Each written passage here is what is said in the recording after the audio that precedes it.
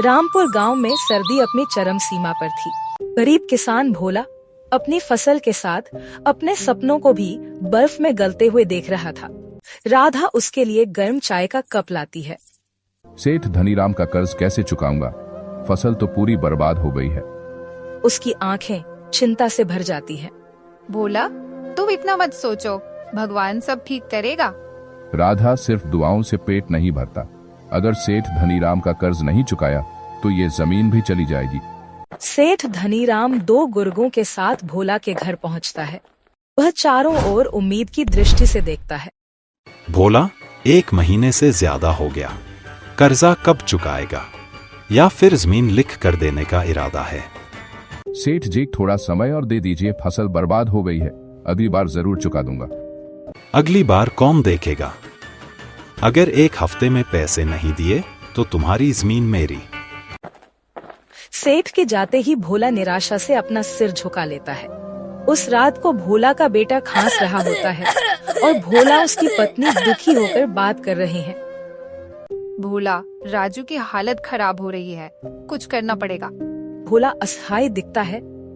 अगली सुबह वो खाना बनाने के लिए लकड़ी लेने पास के जंगल में जाता है। सर्दी के ठंड में भी भोला ने अपने परिवार के लिए अपना संघर्ष जारी रखा। जंगल में भोला को वन रक्षकों ने रोका और लकड़ी ले जाने के लिए उस पर जुर्माना लगाया।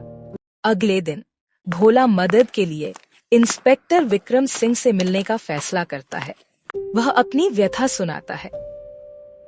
साहब, सेठ धनीराम हम जैसे गरीबों का जीना मुश्किल कर रहे हैं। फसल बर्बाद हो गई है और अब वो हमारी जमीन छीन लेगा। मैं उस सेठ की हरकतें समझता हूँ, लेकिन मुझे कुछ सबूत चाहिए। तुम्हारा साथ जरूर दूंगा। भोला और इंस्पेक्टर विक्रम सेठ की अवैध गतिविधियों को उजागर करने की योजना बनाते हैं।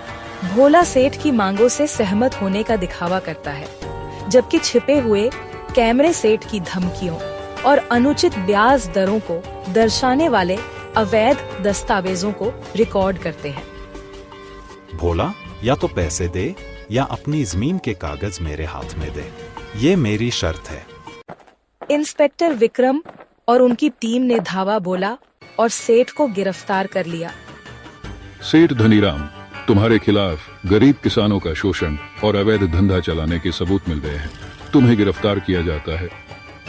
सेठ को ले जाया जाता है क्योंकि गांव वाले भोला और इंस्पेक्टर की जय जयकार करते हैं। सेठ की गिरफ्तारी के साथ सरकार ने किसानों के लिए राहत की घोषणा की।